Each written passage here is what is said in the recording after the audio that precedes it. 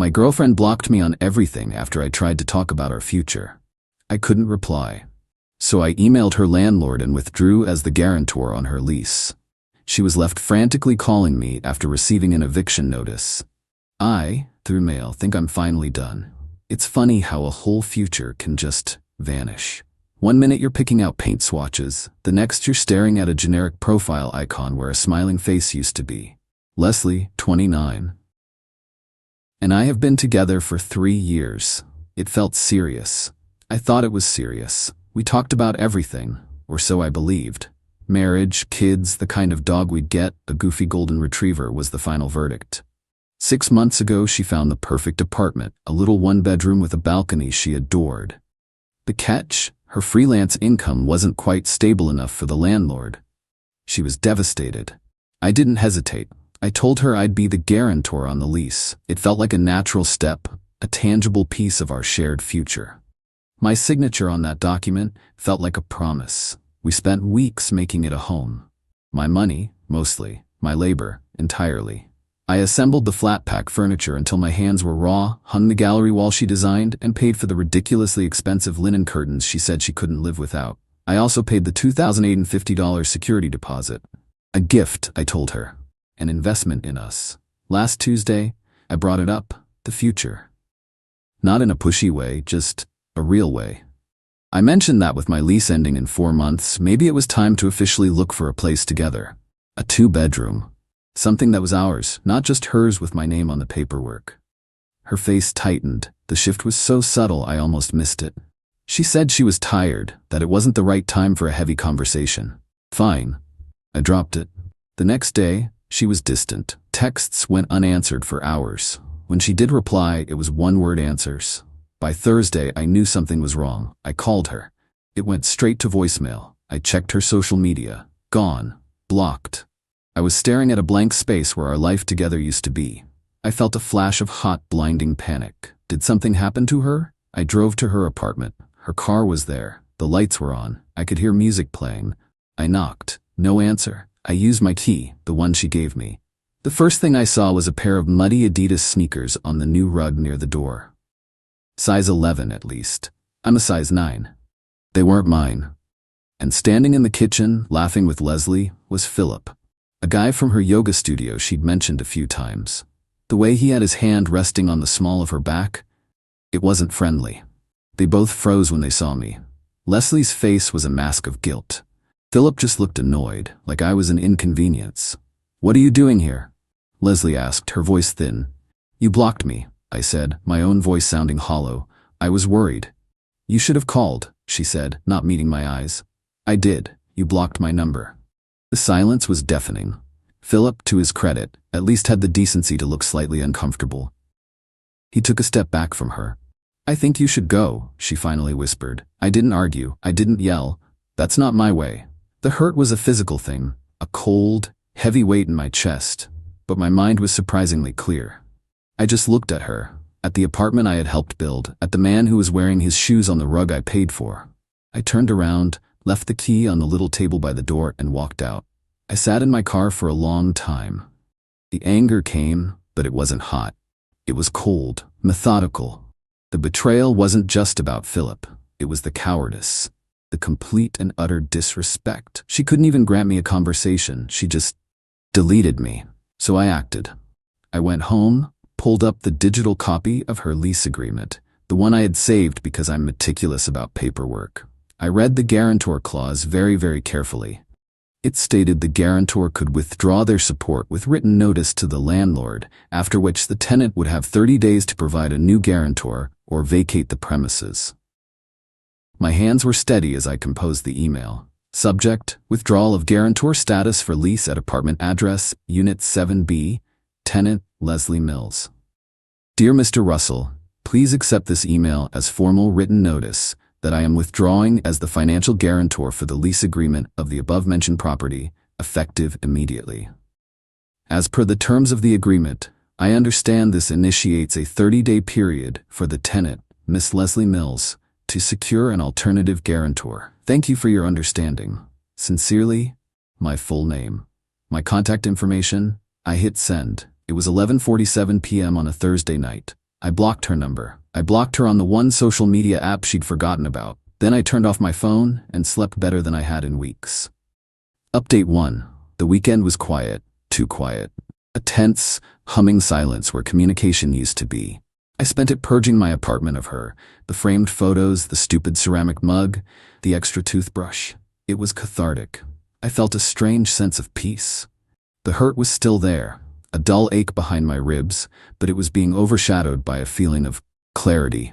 The storm broke on Tuesday afternoon. Just as I suspected, Mr. Russell, being an old-school professional, didn't act on a late-night email over the weekend.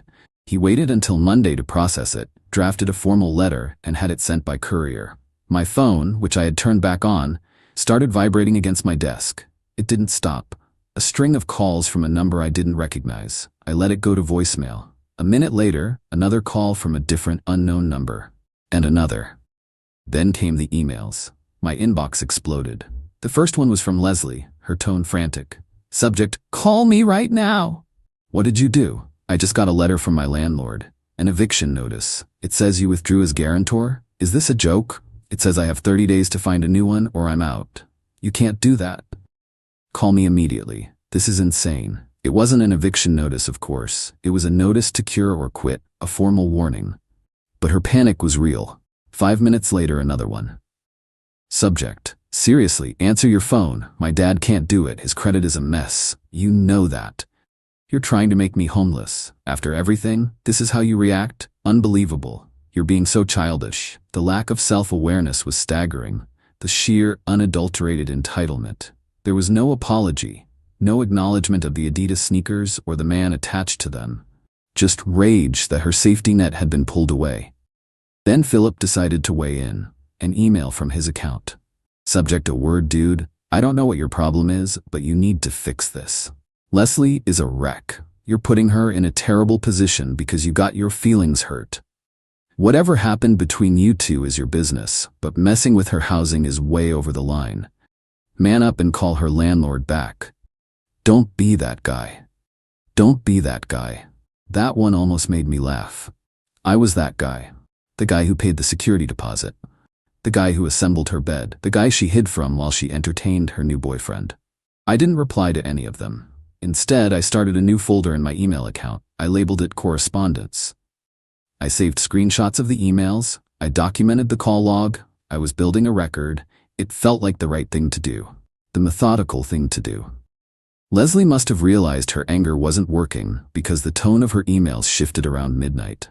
The rage was replaced by a cloying, manipulative sweetness. Subject, please. Okay, I know you're hurt. I should have told you about Philip. I was scared. It just happened, but we can talk about this. Please don't do this to me. I love that apartment. It's my home. Our home. Remember how excited we were when we found it? Let's not throw everything away over a stupid fight. Our home. She had the audacity to call it our home. I thought about her panic, her world being upended not by some grand, elaborate scheme, but by a single, quiet email and the predictable, bureaucratic process that followed. The satisfaction I felt wasn't about revenge, it was about balance. It was about the world making sense again. Update 2. The desperation has escalated. When the direct approach failed, Leslie and Philip pivoted to social pressure. It started with a text from a mutual friend, Alexis. Hey, I don't want to get in the middle of anything, but Leslie called me, crying. She said you're trying to get her kicked out of her apartment? Is everything okay? This was the part I was dreading, but also the part I had prepared for. I refused to let them control the narrative. Me, hey Alexis, I appreciate you reaching out. It's a difficult situation. The short version is that I went to her apartment last week after she stopped responding to me, and I found her with someone else, a guy named Philip. She had blocked me without a word. The only thing I did was remove myself from a legal and financial obligation I was no longer comfortable with. Her housing situation is a direct consequence of her own choices. I'm truly sorry she's upset, but I didn't create this problem. I hit send. It was factual, calm, and void of any overt anger. A few hours later, Alexis replied. Alexis, oh, wow, she did not mention that part. At all. I'm so sorry. One by one I got similar messages. I gave them all the same concise explanation. The tide of sympathy, I imagined, did not flow in the direction she had hoped. Meanwhile, Leslie seems to have realized that her name is on the lease, but my money paid for almost everything inside. A new email arrived. Subject: the apartment stuff. Since you're being like this, I'll need you to come get your things. But we need to discuss what's yours. The couch, for instance. I picked it out. And the TV. I use it every day. It seems unfair for me to lose my home and my furniture. I think a fair solution would be for you to let me keep the main things: couch, bed, TV, kitchen table, and you can take the bookshelf and the lamp. Also, you owe me for half of the last 2 hydro bills. I read the email twice. The sheer nerve. She wanted me to leave thousands of dollars of furniture as a parting gift for her infidelity, and she wanted me to pay her for hydro. My response was immediate. I created a spreadsheet. Column A, item. Column B, purchase price. Column C, link to the online receipt. Column D, owner. My name was in every single cell. At the bottom, a separate entry. Security deposit, $2,850, paid by my name.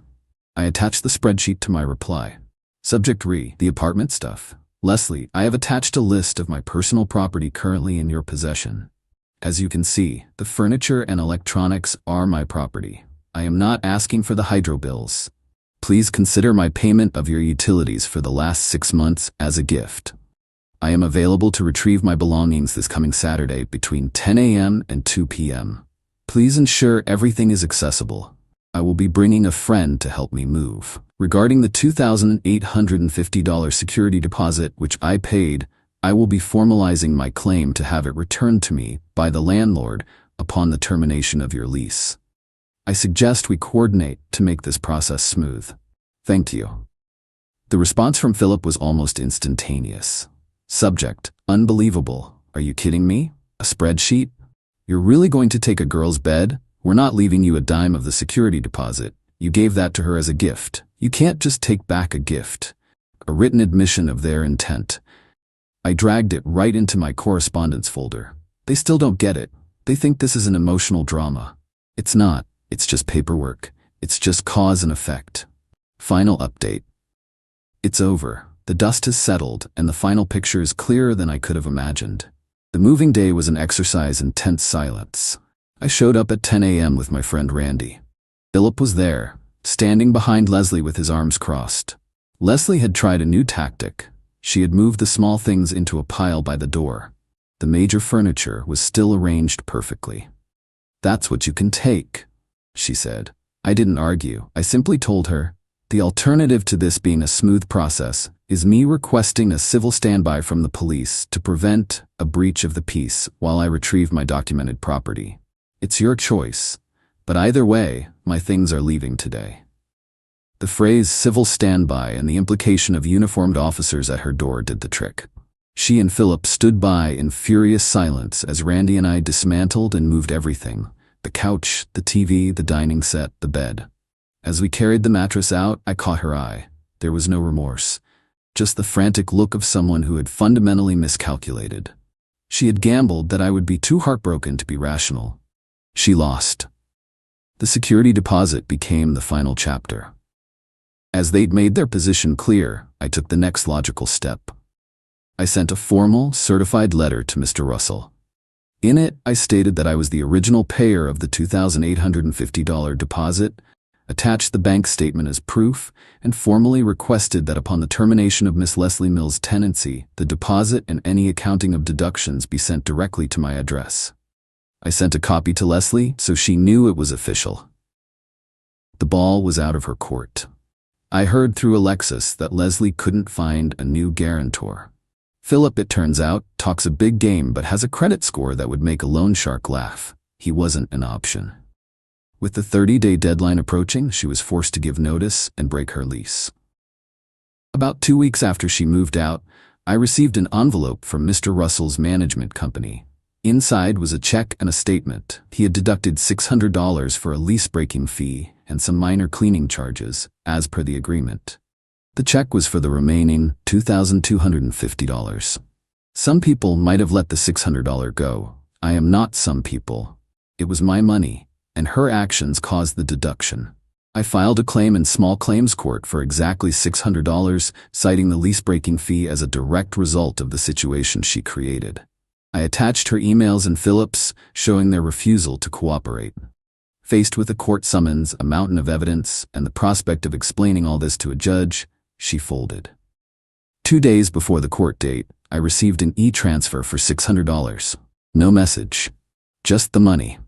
I canceled the claim. Leslie and Philip are apparently living in his tiny shared bachelor apartment across town. Their social circle has shrunk considerably now that the full story is known. As for me, I'm good.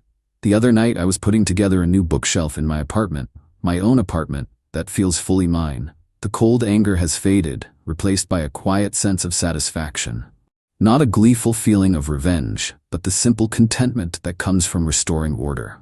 They'll never see their own actions as the catalyst. In the story they tell, I'm sure I'm the cold, calculating monster. And that's okay. I don't need them to get it. I didn't do it for them. I did it for me. I closed the file,